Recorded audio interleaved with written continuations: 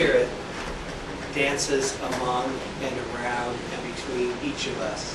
And so we pay attention to the voice of the Spirit in the other, knowing that our friends that sit around this table actually are going to teach us something that we wouldn't be able to learn in and of ourselves. And yeah, so a little bit of housekeeping to begin with, though. One, I just wanted to say that one of the things that we did down in Fairbanks the last 2 times. Yeah, where am I? I'm at the farthest most point of the earth. I need to just work my way south, right? Anchorage. One of the things that Joel Keeganfeld did down there, just sort of as a way of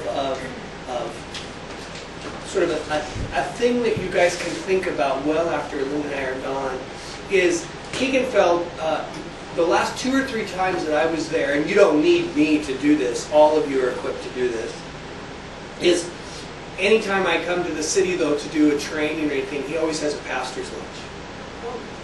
And he invites all the pastors to lunch to talk about at-risk kids and youth, young adults.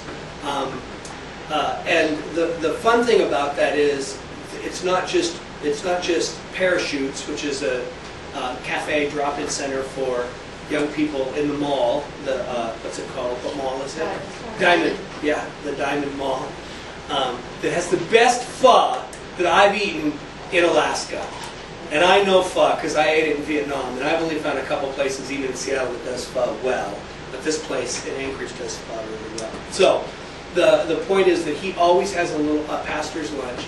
And it's not just him doing a song and dance for Parachutes, but it's a few organizations being able to say, hey, here we are. We're caring about kids. And we would love for other people to consider how they could care about kids as well. And I always thought it was a brilliant idea because it's a meet and greet, and it's a meet and greet that works. And the first time I did it, there was probably 6 or 8 pastors in Sharp. The last time I was down there, it was much. I mean, like it's growing every time. He just keeps inviting people. So I just wanted to mention that to you as a way of sort of following up with the church discussion. The other thing that I wanted to ask.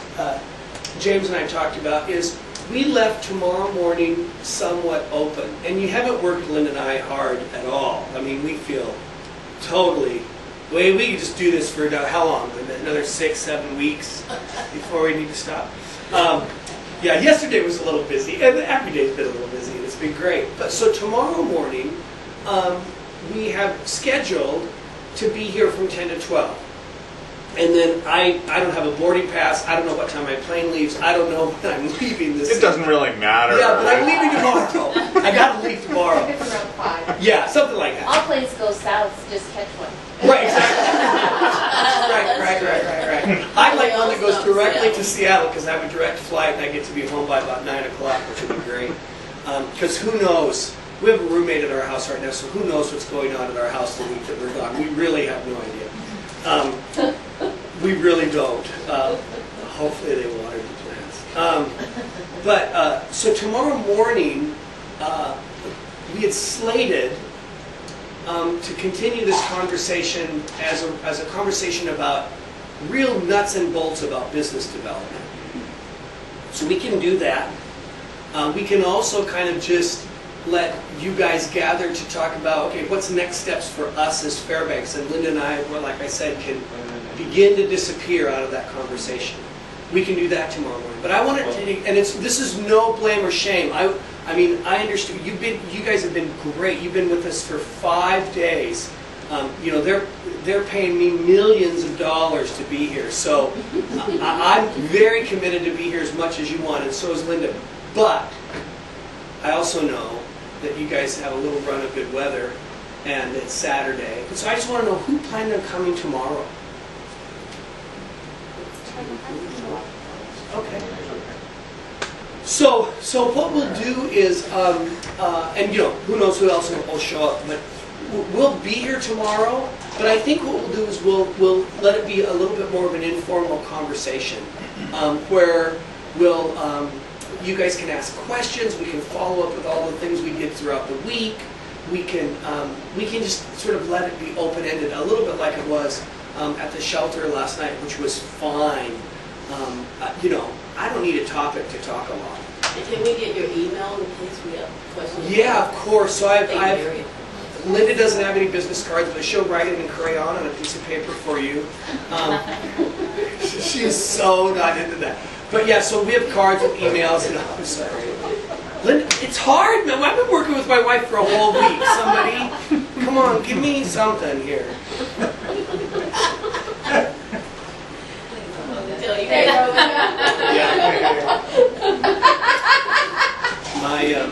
go. I'll start with this. My dear friend and roommate, who was the least spontaneous man I ever knew in my life, processed everything to the 15th power. When I came home and told him that Linda Moss said that she was in love with me, because we never dated. Linda Moss said she was in love with me and could marry me, and we were married 4 months later. True story. But when I came home and said, Dave, Linda Moss says she's in love with me, and she wants to marry me, what should I do? He didn't hesitate. He said, you should do it. Wow. You're the guy that takes 8 months to fix our washer because you think you can fix it myself, my crazy roommate. And he said, no, you should do it. I'm like, why? And he said, oh, because she'll make you do everything you preach.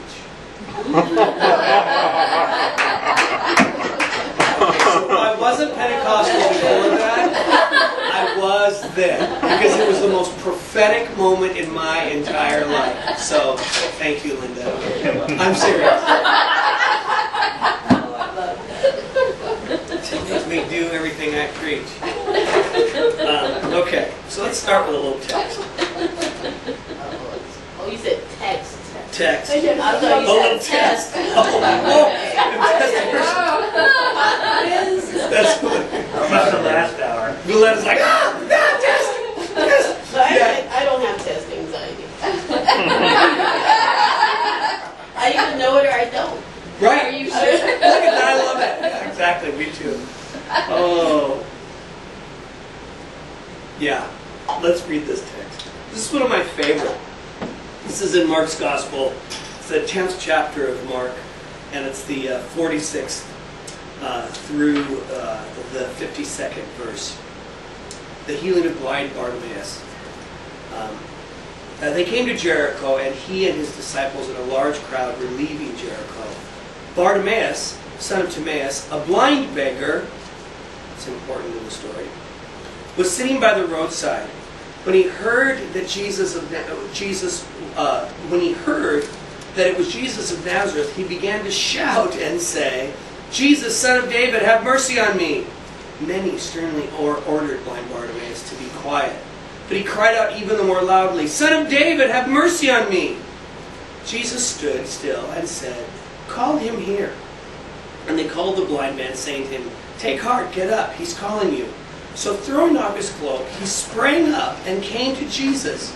Then Jesus said to him, What do you want me to do for you? I think that's a hilarious part of the text. The blind man said to him, My teacher, let me see again. Jesus said to him, Go, your faith has made you well. And immediately he regained his sight and followed him on the way. I think that text is amazing for a whole bunch of reasons. But the real reason I think that text is amazing is because of what Jesus does in the text. It's totally confusing to me initially. The guy's blind Bartimaeus. Yeah. The whole neighborhood knows he's blind Bartimaeus. They call him in the text blind Bartimaeus. And so here's Jesus, who blind Bartimaeus calls Son of David, meaning there is a legacy that literally that you follow that is profound and royal and messianic. Like, so blind Bartimaeus knows who he's negotiating with. He's negotiating with the Son of the Most High. So for me, the end of this story can be somewhat problematic. Because Jesus asks a question. He looks at blind Bartimaeus and says, What can I do for you? Which is absolutely ridiculous to me. And I'm sure the community sat around and went, well, what do you do? Why are you wasting time? Right? First of all, this guy's screaming, Jesus, Son of David, have mercy on me. Jesus calls him to him and says, what can I do for you? I think this is an amazing, amazing image for how we should enter into youth work. And I think it becomes really challenging when we look at young people and go, you need to do this, and you need to do this, and you need to do this. We very rarely start our conversations with beautiful questions. We usually start with beautiful answers. And so I just want to submit to you as a way to think through, as we begin to sort of formulate more ideas about this continuum of care, what does it mean to, rather than come up with conclusions based on what we see, oh, this kid needs clothing, oh, this kid needs, tattoo removal, oh, this kid needs whatever, maybe we should follow the mission and the ministry of Jesus and learn that the most transformative things that happen in people's lives is when we suspend judgment and suspend conclusions long enough to ask beautiful questions. What do you want? What do you dream about? What would you like to be? Where do you think you need to start?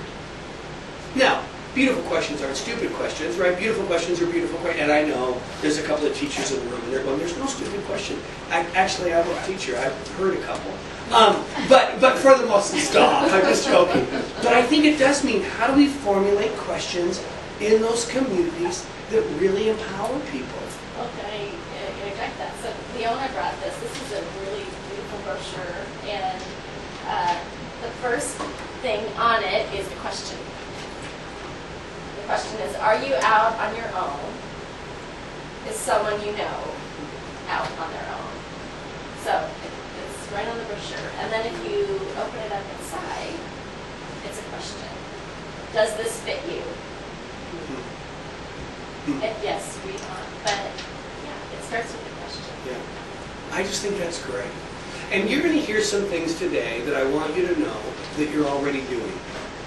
And hopefully what we say today will only affirm or confirm what you've already felt like the Spirit has said to you. So I hope that this, if it's not new information, will be information that you go, yeah, that's what you call that. Or yeah, I knew that needed to precede this. I knew a beautiful question always precedes a brilliant answer. Right? That makes sense. Somebody said that somewhere. I don't know who said it.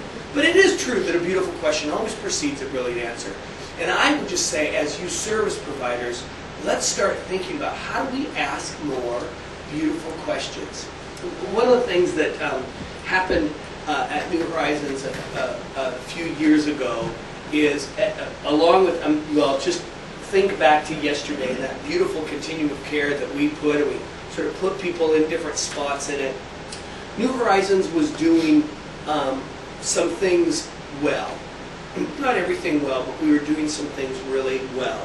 We were doing outreach on the streets, so building relationships with kids on their own turf, in places like we discovered yesterday that made us feel vulnerable and a little bit out of control, and it wasn't our rules, it was street rules, and it was rainy in February, and kids were, they knew we were Christians because we were out there in February. All those things happened on outreach. I mean, amazing things happened on outreach.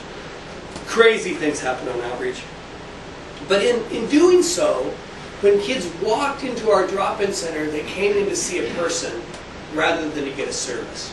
And it really changed the dynamics of drop-in, because there was a relationship that was established outside of the context of that facility. And I'm not saying this is true for all of you, or it should be true for all of you. And I know you have rules and guidelines, and I want to respect that. But at least for us at New Horizons, it gave us some relational bandwidth to know these kids out of the context where we had to enforce some rules, where we had to create, and it gave us a chance. When kids came in, they came in not just to get a peanut butter and jelly sandwich, but they came in to see Ron or to see Linda. And that relational connection, boy, it really helped in the drop-in center. And then we had this drop-in center that was really fun and amazing. And a few years ago, because Linda and a couple other people were smart enough and creative enough to raise $1.5 million, we were able to purchase a building downtown. We were able to put in showers, laundry facility, a huge drop-in center. It was really, really fun. 12,000 square feet. It was a blast. And in that drop-in center, the rules that we provided were always rules around safety and health. My argument with adolescence is if control is the issue, control will be the issue. And so rules can't be around control because kids are trying to negotiate control because of individuality and because of independence, right? So rules had to be around safety and health. And when I argue with my own sons, my wife would lovingly come to me and say, Ron, if control is the issue, control is going to be the issue. So I had to reapply these rules to home because, right, like as a dad, you want control and you realize, no, even the rules there have to be somewhat reasonable for especially young men trying to negotiate individuality with their dad. But in that drop-in center, the thing that happened on that continuum of care was really triage, right? We were able to make, then based on a relational connection, we were able to make assessments in that drop-in center. What do you need next? What's important? Okay, you got food and clothing, things would you like to work on? And the third area of our continuum of care as we started was this idea of follow-up and advocacy. It was in a drop-in center where not only we were introduced to kids, but relationships began to form away from most, and not all the chaos of the streets, but a little bit away from the chaos of the streets. And it was in those relationships that we were able to establish what's next. And a kid would say, I go to court. And a volunteer, or a staff person would say, I don't have anything going on at 1 o'clock tomorrow, I'll go to court with you. And this is my argument. Volunteers actually were a more therapeutic presence for kids and taught more life and social skills going to court with them than a paid staff person. Because the volunteer didn't know anything about an omnibus or an arraignment. The volunteer didn't understand how to negotiate the court system. So a volunteer going with a kid could say, I don't know any more than you do. Let's find out together. I'll teach you how to ask some questions. I'll teach you how to appropriately, show up for court. I'll teach you how to wait patiently until your name is called, because that's really scary when you're sitting there going, where's my public defender? Where's my public defender? And the public defender is doing what all public defenders do. They're eating chips and they're not there yet. Or whatever they do. I don't know what they do, but they never seem to show up on time for any of the kids that I've worked with. So, God bless you if you're a public defender. I know you're working very hard, at least in Seattle. But, yeah, the kids call them public pretenders. But that's what the kids say. I don't say that. So, and my son is actually considering going to law school because he'd love to be a public defender, which I think is brilliant and great. So it was in that Trinitarian activity, the outreach, the drop-in, and the follow-up, that real relationship was formed and case management was born. And it was out of that we decided, we sort of discovered accidentally what case management was. It was meeting kids on their own turf. It was inviting them into a safe place where you could make assessments on what they needed. And then it was building the kind of relationships that where the kids got to self-select, and we followed up with those activities, right? And so in the middle of all of this, I got a chance to work on a large project. It was actually my doctoral dissertation, and the staff at New Horizons were sweet, so sweet to work on it with me, because Linda knows this from writing a master's thesis. It's like you just tell all these other people, hey, I'm getting a degree and I need all of your help to do it. It's always an awkward conversation with people. But we began to ask a question at New Horizons that was not only a catalyst for research for me, but I think and I think other people would say this, Linda can tell me if I'm lying, but we really began to say, we want to ask a really pointed question about what hinders young people from exiting street life, and what really enhances their ability to lead street life. And so the research is insignificant, and it doesn't matter. But we began in these different forms and these different methods of research to ask our staff in a very conversational way what hinders young people from leaving the street and what equips them to leave the street. I think is the two. This is my dissertation was done in 2003, so it's like a lifetime ago. And what was amazing is we began to do all this stuff about continuum of care. We did these things called causal loops and balancing, do that, and that, and that. What we discovered, though, was really interesting to us as a staff of about 20 people who had years and years and years of experience with the kids, and in conversations with the kids, and in all these other things. We discovered that young people don't exit the street. What did I write down here? Young people don't exit the street because they want to relinquish a bad habit. Interesting. Just something as minute as that seemed to really change sort of how we were thinking about service delivery. Young people don't exit the street or don't exit high-risk activity because they want to relinquish a bad habit. And many of our service delivery models were around, let's make sure they get into drug treatment because you're an addict. Let's make sure that you go to court, or all these sort of things. You are bad, or you're doing something inappropriate. Until you stop doing the inappropriate thing, you'll never be able to exit street life. And we discovered that that wasn't major motivation for the young people to leave high-risk activity. In fact, we found in all the conversations that we had among staff that young people began to leave things that were damaging for themselves when they discovered who they were created to be. It was all about assets. It wasn't about deficits at all. In fact, deficits prohibited them from moving forward, but deficits weren't the thing that was motivation for them moving forward. It was, right? I mean, if you want me to get really evangelical on you, the gospel doesn't start with John 3:16, for God so loved the world. The gospel starts with Genesis 1:1. In the beginning, God created. So all of a sudden, we started to think at New Horizons, what does this mean? What does this mean that young people actually, the most movement that's created in their lives is created when they discover something about how good they are, how gifted they are, what their assets are, what their strengths are. And then they begin to build on that. Well, so, further research, as we began to talk even further, we realized, and you know what? When kids discover what they're good at, what their assets are, what their strengths are, then they begin to accumulate the ego strength to take feedback. Right. All of a sudden, it's then that they begin to discover. So this radically made us think differently about our continuum of care. Because we began to go, oh, we got to, and we still, they got to get to drug treatment. Those things have to happen.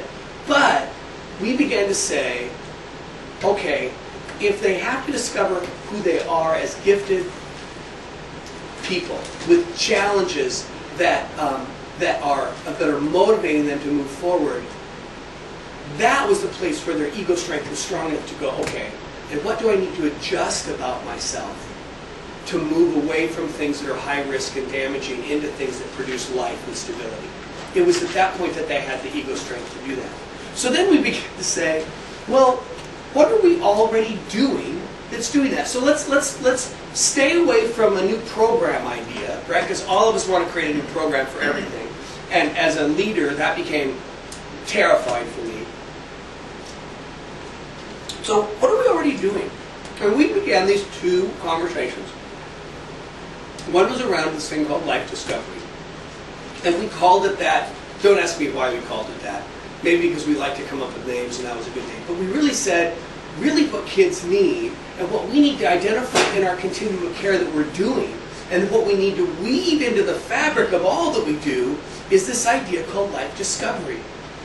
How do we embed or create activities that are helping kids discover what they're good at, what their assets are, what their strengths are?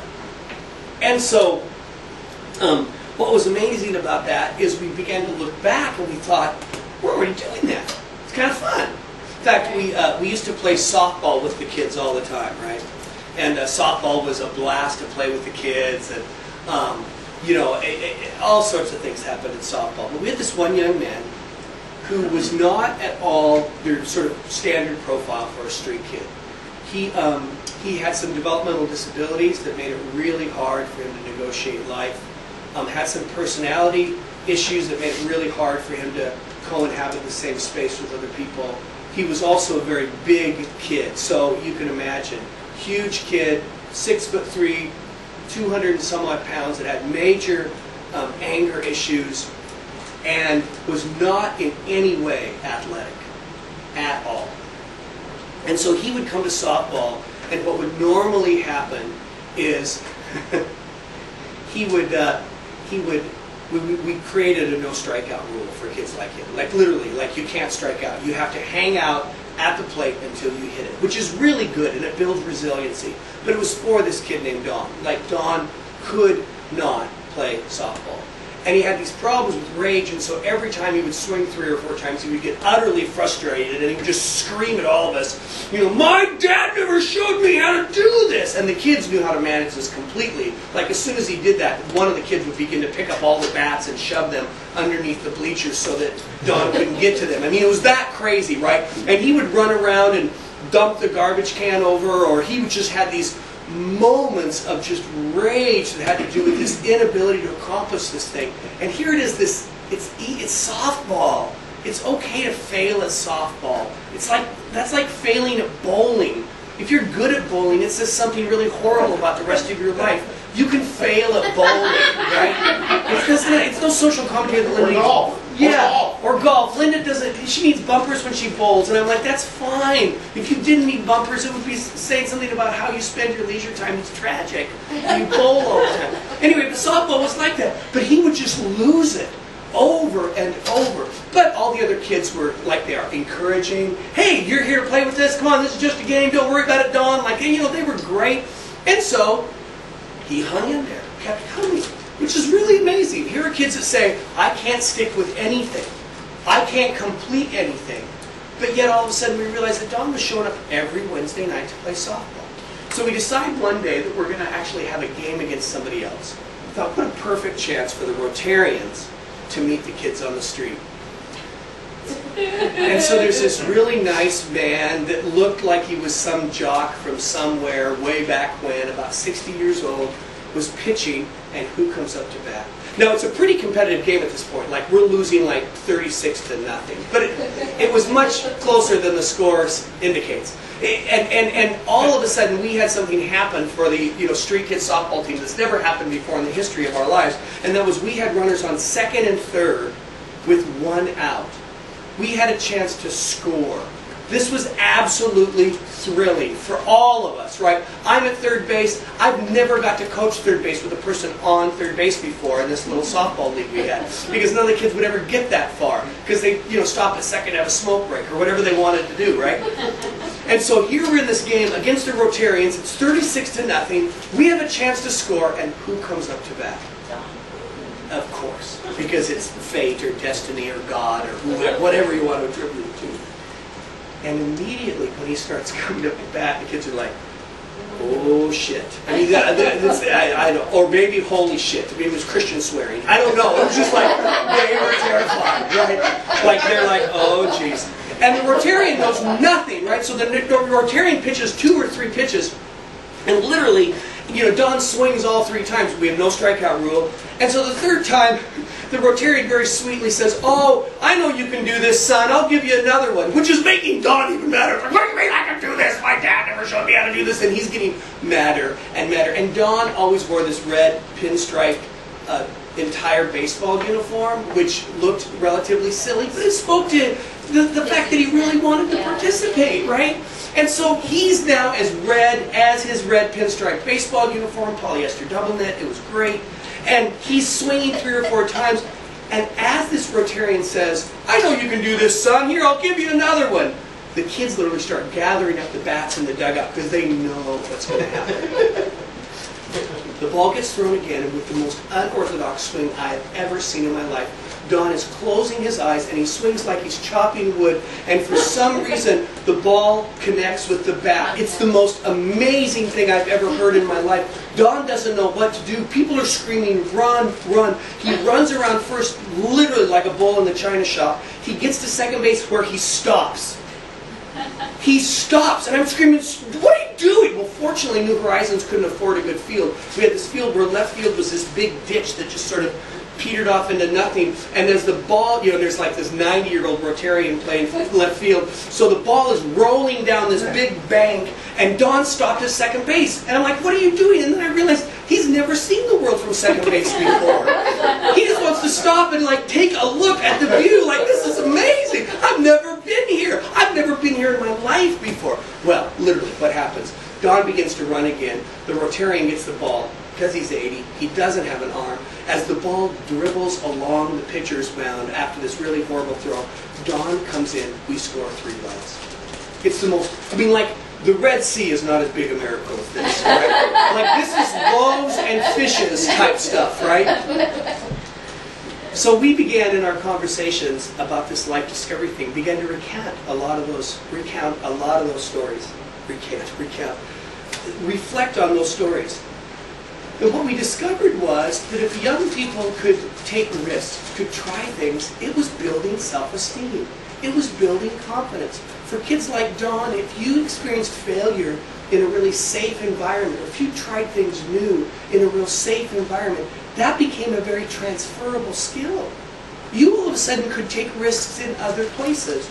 Don't you tell me that these kids that are skateboarders don't take risks.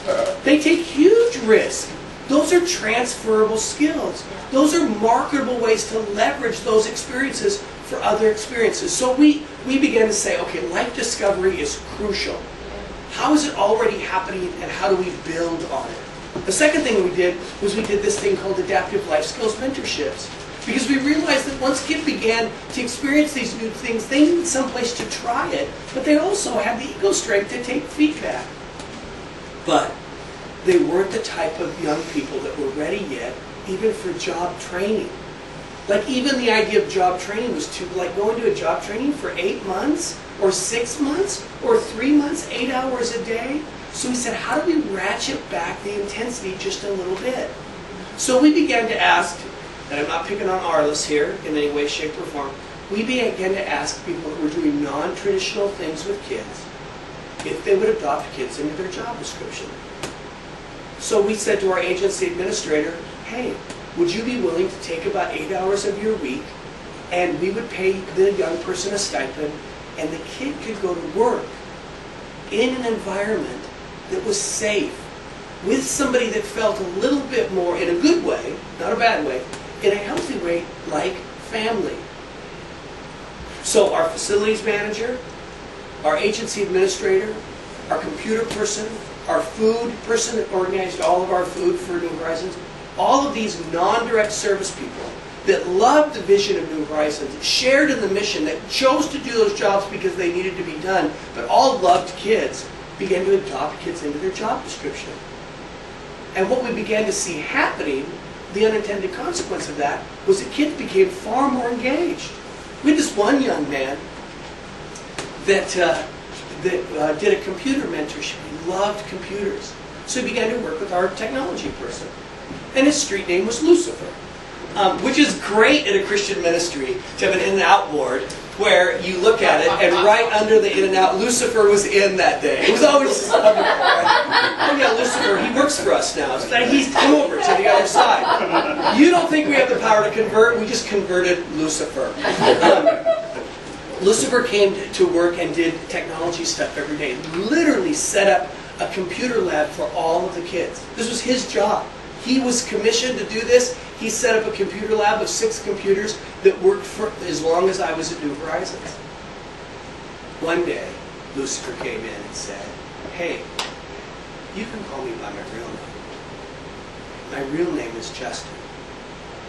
He traded Lucifer for Justice in the middle of an adaptive life skills mentorship. Yeah.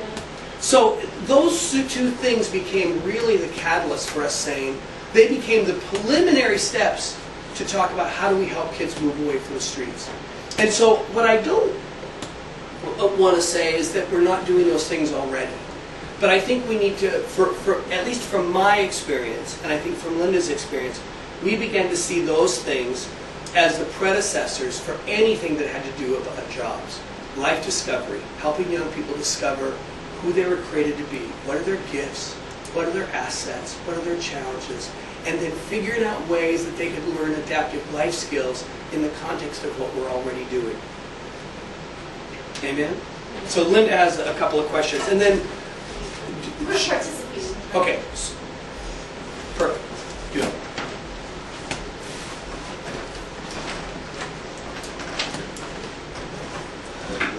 So I think one of the things that we wanted to ask you guys is, let's talk about where that's already happening in your organizations. Talk about where kids are learning about the things that they're good at, their creative potential, or if they're not, specifically how you're able to, or how you might see that you're able to incorporate some of that into what you're already doing. Teaching kids about how to communicate, adaptive life skills, giving them chances to be in a safe setting to maybe try something new, helping them to see something that they're good at. Yes, Kelly. We have a couple of different things. John last year set up a crew of young people that helps him put together concerts. Okay. That's great. Other things that are happening. So maybe, Kelly, you can talk about, so what have you seen, what has that developed in the kids? Well, we got a new employee out of it, Orion. Yay! No, I think, they learn to show up on time, mostly. Yeah. They learn to stay until the job's done. Yeah. I don't know, Ryan, you're here to speak. Yeah. What did you get out of it? I don't know, it's like sense of accomplishment, sense of having somewhere to be, something to do. I'm sorry, I missed that. Something to do. Yeah. You know? Yes. Sense of accomplishment. Yes. He said a place to be, Yeah. like that. Thank you, Ryan.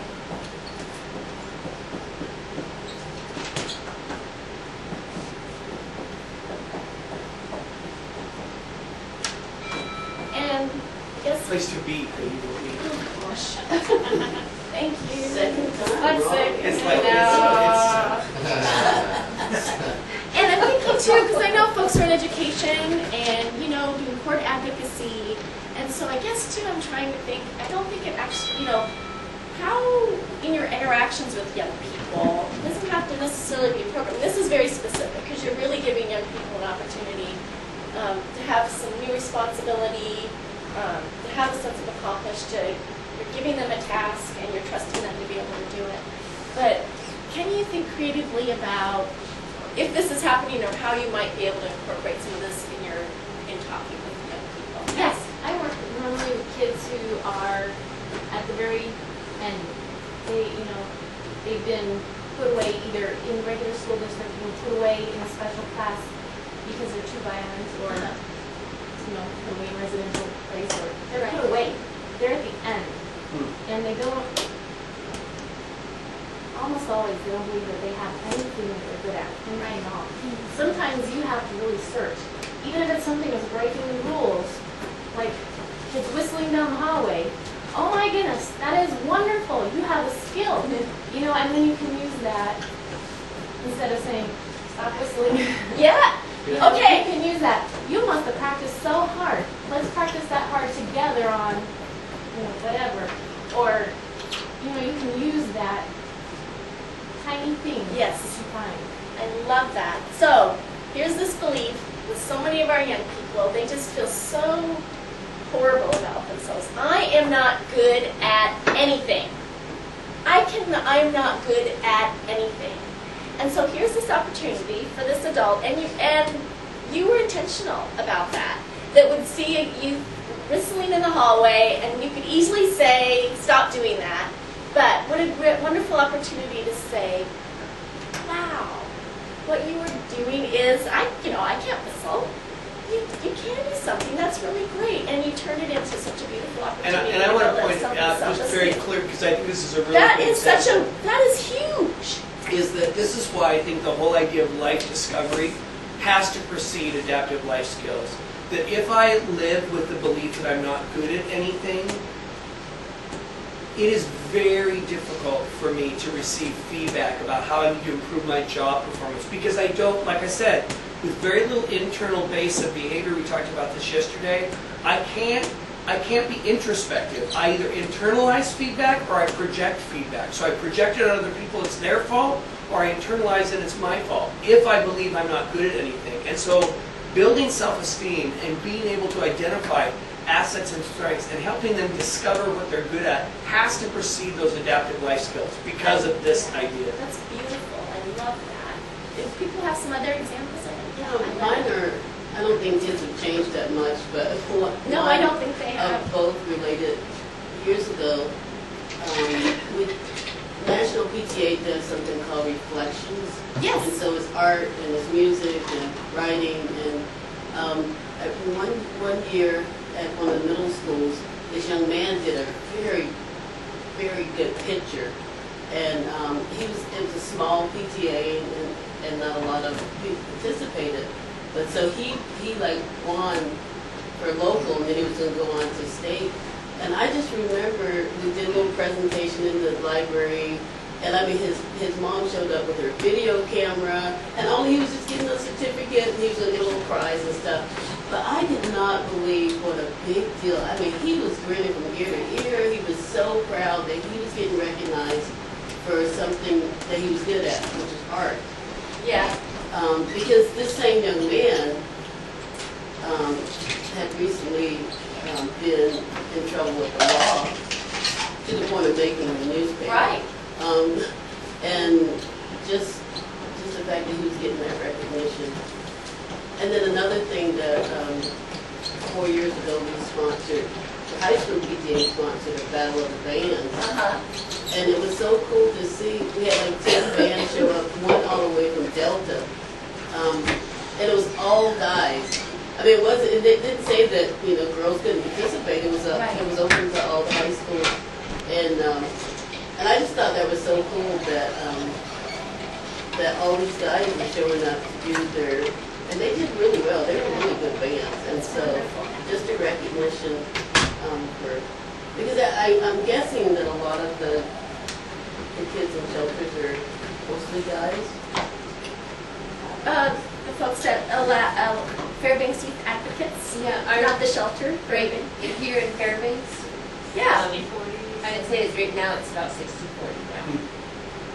But there's a lot of females too. We talked about yesterday why they may be reluctant to seek services. And then you have the teenagers who've been thrown out because they're pregnant or they already have children. They're still out there too. So In the lower 40, it's more 50, 50-50, but At shelters, actually, it's 60-40 fewer girls. oh, that's right. Oh, no. But look at this. So I love it how you said by recognition. To be recognized. That's kind of like, you know, Bob, you were talking about as far as singing. The sense of I see you, I recognize you. And again, here's this, you know, this young man that has an opportunity to be recognized. It's a big deal because he's probably never been recognized. And it's huge. Positively. Yeah. Yes, James. Being able to teach someone else Yes. a skill. So Yes. almost all of our skate camp instructors Yes. at one point or another were kids learning to skate here, who have grown into that and are now able to teach people. Yes. My son is autistic, and the thing that he loves the most is being around little kids to be able to impart skills to them, like reading, Yes. showing them. I've been searching for something he's good at for his whole life, but what he can do is he can show little kids, here's how to read, here's how to crawl, here's how to do whatever, and he just loves that. Because he already knows how to do that. Mhm. And he might think, yeah, no big deal, but you're able to say, you know how to do something that somebody else doesn't. And that's so huge. And again, this might just seem really elementary, because what we're doing is we're building self-esteem, but I think we all know that if you don't have this, you can't go forward. At least that's what we've experienced. I mean, I mean, how often are you guys hearing this? Can I ask, is it Jolie? Yes. So in the court system, tell me exactly kind of, because I'm sort of thinking about how this could apply to you. It does apply. I was gonna chime in, but Okay. So the kids that come to my mind when I think of this are the kids who volunteer to be in our program. You know, they're not necessarily street kids, but they come in and they go through legal training, and then they are solely responsible for writing the charging documents, doing the arraignments, serving as the attorneys, and being the judges. And so, I mean, they're in charge of somebody's life, kind Right. of. And so that's a really big Sure. deal. And we have quite a few kids who are fairly active, and like one of our kids, Jezroy, I'm not quite sure, he might be autistic. He has like a stuttering problem, but he's really, if you just talk to him one-on-one, you might not recognize that, but he's awesome in the courtroom, and he's done over 45 cases with us and for the last 2 years. And so, I mean, he's obviously really great at it, and he wants to go to law school. And so, Wow. I mean, for these kids from 12 to 18 to be able to go into a courtroom, dress up, public speak in front of people, Yeah. it's a pretty big deal. I mean, I don't even think And the young I'd be people, comfortable doing no, it. and the young people that are being, it's sort of a diversion program, right? It is, yeah, Right. it is. So how, and I'm getting somewhere with this, so be patient with me, Okay. please. How are they celebrated at the end when they accomplish? The defendants, Yeah, so the charge gets taken off their record. if they do If they- community service. They do community service. If it's an alcohol charge or a drug charge, they have to take like an alcohol and drug awareness class. Okay. They have to write essays like what they learned about youth court, like what Sure. how it's impacted them. And then sometimes they have to write, if it's like shoplifting, like they have to write an essay on how shoplifting affects the community. You know, they're a restorative justice model, so they're supposed to Right. try to Right. bring it back. So are you familiar with the drug courts in Seattle? Are you familiar with that model at all? No. So a drug court in Seattle is very similar to this in that people, so Lucifer, my dear friend, had to go to drug court, which is a diversion program. So he had to go to drug court, which is a diversion program. So the point is, if you do, same sort of thing, if you do all of these things, you won't go to jail for your drug charges. You'll, in the end, you have to go to treatment, but when you accomplish that, whatever charge you had will be erased, expunged. What's amazing about drug court is drug court actually, for the young people that accomplish it, they have a big cake at the end. Where in the courtroom, and this is absolutely amazing, in the courtroom, the prosecutor, the defense attorney, the judge, all the people that have been working with this young person go and have a party to celebrate the fact, look what you just did.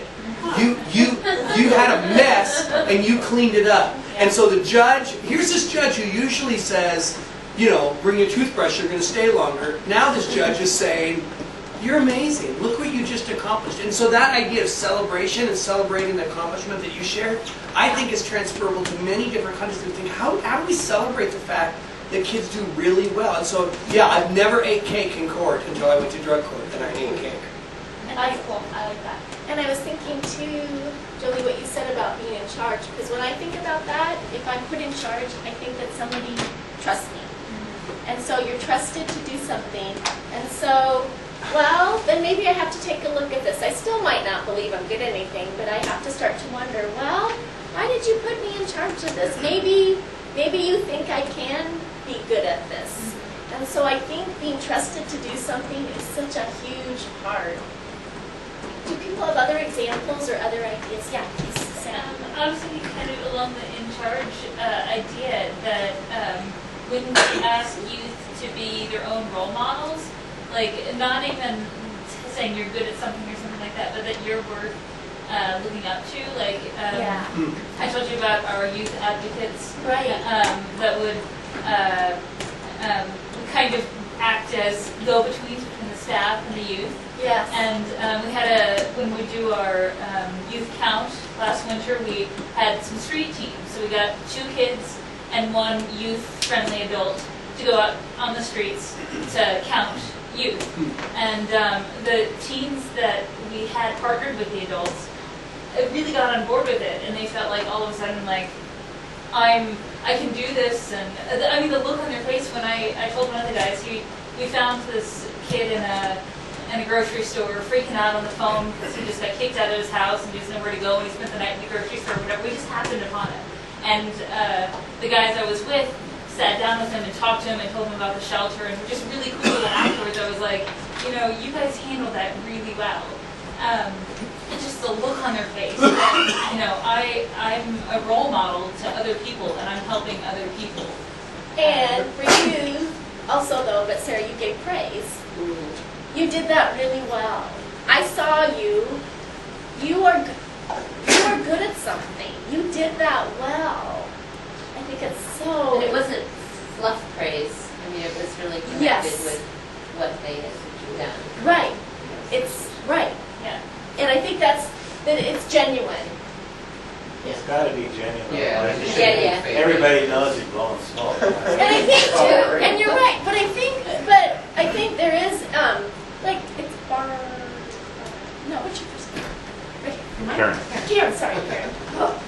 Anyway, Karen, you know, when you were talking, you're all something. You can call me Barbara, that's okay. No, I want to call you Karen. Anyway, Karen, you know, you were genuine when you were talking about that. I mean, I know you Well, were. you have to find something they can do. Exactly. You can't make something up. But I think when kids can look at you, oh, you're just saying that. Like, no. And you can add on to that. No, this is why that is praiseworthy. I know that you're struggling, and I see you doing this. I think the more specific you can be to show kids you really are good at something, and taking the time to be genuine and to be intentional about that, it's huge. With Melissa, the go ahead. whistling thing, and I have had to use it a lot because kids love to whistle in the halls. Yeah. It helps that I really honestly can't whistle. Right. No matter how, and I Right. can't. So it's something I can't do, but Exactly. they can do. Yes. You know? I love that. Yeah. Yeah. There's no way. Like, oh my goodness, I had this child who could do amazing acrobatic feats in the hallway. And I couldn't do it. I shouldn't do it. He shouldn't do it. He could do it. You know? Right, So exactly. we could take it to the gym and he could do it there. Yeah. But that's really amazing what he could do. Right. Yeah. I just think you're turning it into this great teaching moment. Can I just say, Yes. when you wrote that, I thought I went back to the be attentive. I think in Oh, order yes, to be please. able to celebrate them and focus on what they're doing well, we really need to be watchful. We need to be attentive. We need to be still enough in our own agenda that we're picking up on those cues. And I will tell one story, kind of bragging on my staff and volunteers. A few months back, we had the kids we had some hacky sacks. They wanted to play hacky sack, but all of a sudden we had no hacky sacks this one night. And this one young man all of a sudden constructed a hacky sack. And it wasn't just a hacky sack. He did like this incredible thing where like everyone was going, oh my goodness, it's just like a hacky sack. And so a volunteer working that night picked up on some different skills that it took for him to engineer and construct this hacky sack. And she said, have you ever sewed or something? I've always wanted to sew. Well, she had some connections in the community. Beautiful question. Yep. She had some kind of connections in the community, knew some people that worked at some of the agencies in the community, like Apocalypse and Design and things where they're sewing tents and they're sewing, garments and things, not like clothing items, but outdoor equipment and stuff. And arranged it with us to take him to 3 of these places and just see what they're doing, and then bring him back to his sublocation. And it was probably, could you say, Sarah, almost like the springboard for propelling him into what we've seen in the last 4 months. He's gotten his GED, now he's thinking about college, all of a sudden he's got some ideas, and it's just amazing where that can go, you know. It's beautiful. That became more formalized at New Horizons. We had a great young woman that ran kind of Life Discovery, and she ran Life Discovery. And so one of the things she did with Life Discovery, which I thought was brilliant, was young people got together in a group and identified key leaders in the community that they would just love to have conversations with about how they got there. Yeah. And so one of them, one of the kids wanted to talk to the owner of a tattoo parlor. And, how do you run your own business? What sort of skills does it take? What sort of things do you have to think about? Or they wanted to talk to a political official about, how did you lie to so many people to get voted in? I mean, literally, the kids were like that. But so she began to form these networking relationships, just like your volunteer did, that began to introduce kids to this world that they never even thought they had access to. And it was amazing that we'd have 15 kids show up for these field trips to just have a conversation with a business leader or an entrepreneur. Leonie, would you be willing to share these? So this is... Oh, I brought some. Oh, good. This is education, making your child's world better. And if you would read, there's this list. Would you, again, let us know what the first thing is about helping your child succeed on that? Okay. Yep. So just kind of go down. We do the first one and then do the other ones. Yeah. Which is? Listen to them. Yes. So here we're talking again about being attentive. And on this brochure, again, it's the sense of listening. Yeah, please continue. Say yes a lot rather than no. Yes. Which is what Karen did. Tell them their feelings are okay. Be honest. Hug them. Wave and smile when you part. Use your ears more than your mouth. Point out what you like about them. Ask them to help you. Tell them how proud you are of them. Thank you. So praise, helping, ask them to help. And I love that. Tell them what you like about them. Because I think, so this is for parents, and, but can all of us do this? Tell them what we like about them. Here's something else that we Yes, please. It said, keep a positive outlook and support your child. Be patient, attentive, precise, committed, and most importantly, be there for them. Be there. Be attentive. Thank you, Leona. So, the reason why I love that is because, again, we're talking about this continuum of care, and I think Joel's place specifically is so much about creating this sense of accomplishment, self-esteem, and everything they do. John. Oh, I was gonna say, as far as when I'm looking at the sport, you had the whole kids are celebrated thing. Yes. And there's something cool that ended up happening. The skaters worked all summer on a video, and we ended up basically doing a showing of that video at here, and that was probably one of the biggest things in my opinion that we've done for them.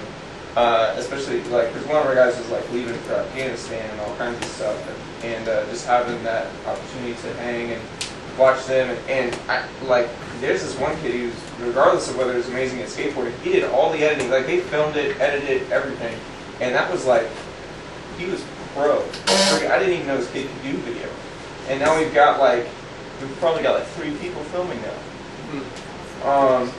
And I think that was a major deal. And then Darius, during our winter hours, was doing drum lessons on Fridays. And now we've got one kid who asks me to play the drums all the time, and half the time I have to say no. But the other half, I don't really care. And he's gotten really good, and Darius really took him under his wing and started mentoring him and getting him to a place where he was comfortable. And that kid's not confident in anything. He's really to the point where he just follows what everyone else does, because he hasn't really figured out what he's good at. Well, he doesn't feel like he's figured out what he's good at. And so when he started doing drums, he was he didn't even playing in the red room to practice, because he's there's so many people in the room. Right. And we kind of started breaking him of that. He got really more into that, unlocked his ton of stuff. Well, I love it, John, that you said, I didn't know he could do that. And it's that how do we don't know the kids can do it. So how are they going to know that they can do it? And this is actually what happened at Street Beam. We had one of the young people, he had an opportunity to do do an internship at Street Bean, and he wanted to do it because he wanted to be involved in something that had some structure, and he was wanting to move forward, and so it was an opportunity that was available for him. But he was like, I don't really like coffee. I'm kind of indifferent about coffee, but I'm interested in the opportunity. And so he started to work at Street Bean, and he is this young man, so didn't know he could do that. He got it right away. He was so artistic and creative. He could make the most beautiful latte art. I mean, I've been practicing my latte art, up until that point for like 2 years, and I'm still, struggling to get it, to the point where I want it. And this young man, just so gifted, comes in, he has it within a couple of days, and he's a really gifted barista. He's fabulous at it. And he didn't know he could do it. I didn't know he could do it. But given a chance to explore that. And, we find that out about our young people, and they find it out about themselves. So I think all of us are pretty clear that this building self-esteem with, recognition and being celebrated, is so important. And again, I think the reason why I wanted to give people a chance to share is because it can be programmatic, but it's something all of us can do in, wherever we are. That continuous care as far as helping kids to achieve their creative potential, building up their self-esteem, helping them to learn social skills.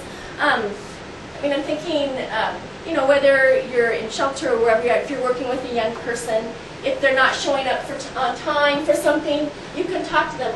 So let me tell you why showing up on time, is important, and the consequences of that, or communication. I know, in drop-in we had so many discussions with kids about communication and trying to, just talk about how to get your needs met. If they're screaming about something, can we talk about, maybe you have more success getting your needs met, and, you lower your voice, and, what do you really need, and talk about that. I think all of us can incorporate those things in. So I'm going to take us to another place. So now, could we take a little bit Yes, of a break? that's great, and that's perfect, because then we'll go into the next phase. So let's take 5 minutes, and I know you'll be back in 7. Let's take 5 minutes to do our hair, get something to drink, whatever we need to do. That's perfect, thank you. There's lots more pretzels over here.